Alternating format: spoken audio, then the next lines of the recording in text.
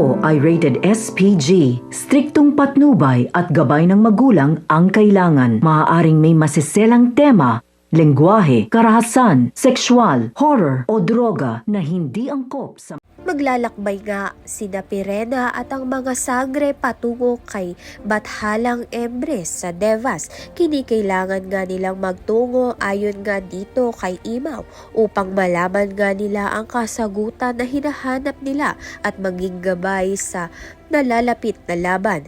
Subalit sa kanilang paglalakbay, dumating ang mga kalaban na naglayong pigilan ang kanilang paroroonan.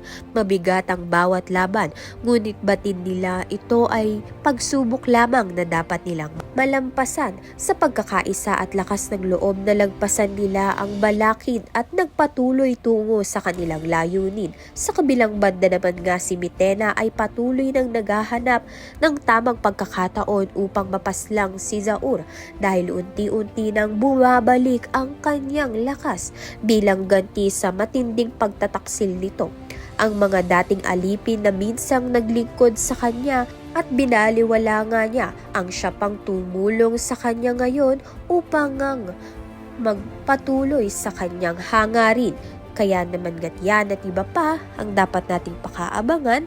Maraming salamat sa iyong panonood.